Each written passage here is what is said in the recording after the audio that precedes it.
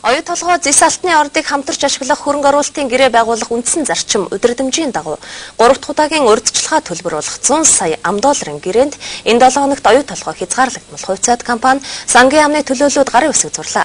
Ингэснээр эх орны хишиг болон төрөөс оюутнуудад олгох 500 мянган төгрөгийн санхүүгийн их үүсвэр бий болж байгаамаа.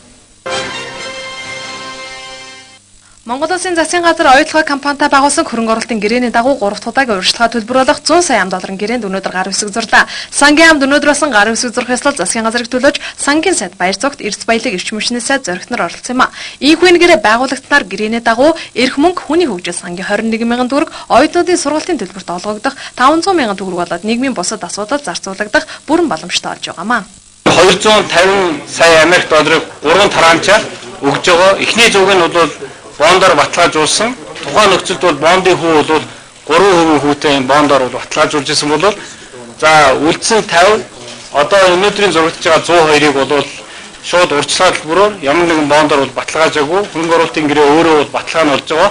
Ингээ хүүг нь бол 159 олгож бууруулсан байгаа. Ингээд Монгол улсын хувьд бол бас энэ хүүгийнхаа нөхцлөөр бол илүү их ашиг болж байгаа. Ингээд оюу толгой компани хөрөнгө оруулалтын гэрээний дагуу Монгол Улсын засгийн газрын өмнө хүлээсэн одоо нэг үүргээ бол бүрэн гүйцэтгэж байна.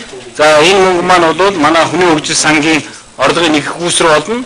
Энэ иргэн булгандаа сар болгон 21 мянган төгрөг. За нийт оюутнуудаа стипенд оюутны төлбөрийн төлөх 500 мянган төгрөг гэх мэтлэнгийн энэ санхүүжилтийг хийх одоо гол үндсэн их үүсвэрүүдийн нэг болж байгаа гэдгийг хэлхийг хүсэж байна. Мөнхөө санхүүгийн хүүсвэрээс эрүүл мэндийн даатгалд 10 тэрбум, даатгалд хамрагдаагүй иргэдэд 20 тэрбум төгрөг олгогдох юм а. Ямар ч тач хөрөнгө оруулалтын гэрээ хүчин төгөлдөр болсноос хойш 150 сая ам.долларын урьдчилгаа төлбөрт жилийн 159% хүү төлөх юм байна.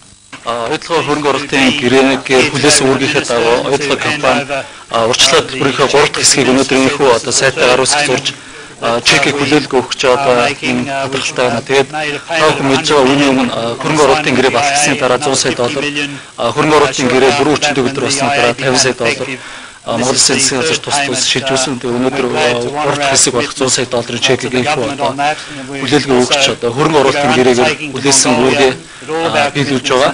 Мөн одоо хөрөнгө оруулалтын гэрээгээр хүлээсэн бусад томоохон ажлуудаа бас нэр төртэйгээр биелүүлж одоо Монгол Улсын засгийн газар дараагийн шатны ажлуудаа хийж хэрэгжүүлэх болно гэж амж байна. Урьдчилгаа төлбөрийг хүүгийн хамтаар хөрөнгө оруулагчийн татвараас 5 жилийн дотор суудхан тооцож барагдуулах юм а.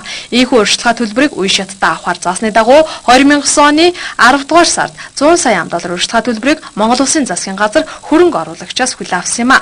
Үзэгчдэд сануулахад 2 дахь урьдчилгаа төлбөр болох 50 сая ам.долларыг өнгөрсөн оны 4 дугаар сард хүлээн авсан юм а.